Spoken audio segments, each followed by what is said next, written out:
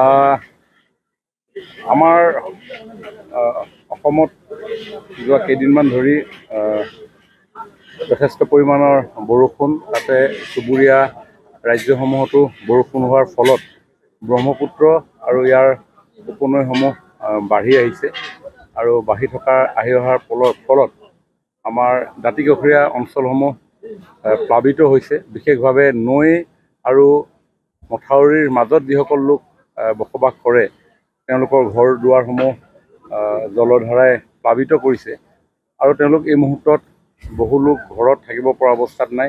বিভিন্ন আশ্ৰয় স্থানত ওখ স্থানত তেওঁলোকে আশ্ৰয় লৈ আছে। যিহেতু ঘৰসমূহত পানী সোমোৱাৰ পৰিপ্ৰেক্ষিতত তেওঁলোকে ৰন্ধন প্ৰকৰণ কৰিবৰ কাৰণে অসুবিধা হৈছে।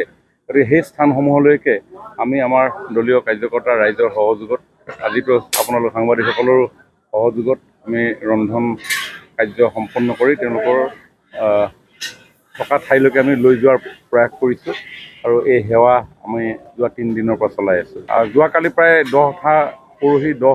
10টামান ঠাইত আমি এনেধৰণে আমি সেৱা আগবঢ়াইছিলোঁ। আজি আমাৰ এই অঞ্চলত চেৰাপাখাটি, চেনিমাৰী এই অঞ্চলত আমি এই কাম কৰিছোঁ। নদী আৰু মথাউৰিৰ ভিতৰত যিসকল লোক বসবাস কৰে, দিচাং ৰংচোৱাল, চেঁচা নেপালী, গৰুহৰা, ৰমাই লাচন মিচিং গাঁও, 2 নং ভৰালিবাৰী কলিতা গাঁও, নদী কিনাৰ নিগম, 3 নং চৰাইহেবী, এইসমূহ গাঁও বুঢ়ীদিহিং আৰু নদীৰ মাজত তেওঁলোক থাকে।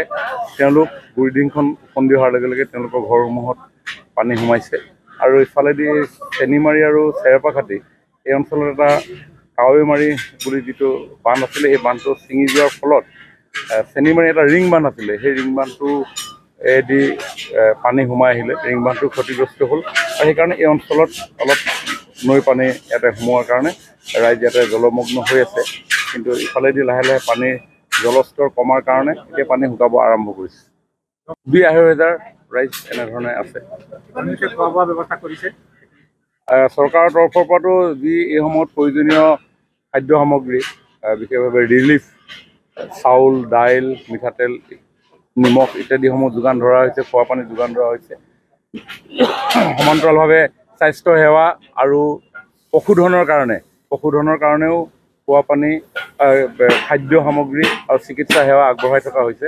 আৰু তাৰ ওপৰঞ্চি আমি অলপ স্থানীয়ভাৱে ৰাইজক ৰন্ধন প্ৰকৰণ কৰি আমি তেওঁলোকক দিবৰ কাৰণে প্ৰয়াস কৰিছোঁ। যিমান দিনলৈকে এই চেৰাপাখাটি, চেনিমাৰী অঞ্চলৰ ৰাইজে ঘৰত ৰন্ধা বঢ়া কৰিব পৰাকৈ সুবিধা নহয়, তেতিয়ালৈকে আমাৰ এই অন্ন সেৱা কাৰ্যসূচী চলি থাকিব। যিকোনো খবৰৰ বাবে যোগাযোগ কৰক আমাৰ এই নম্বৰত 7099017330 আৰু 7099017110।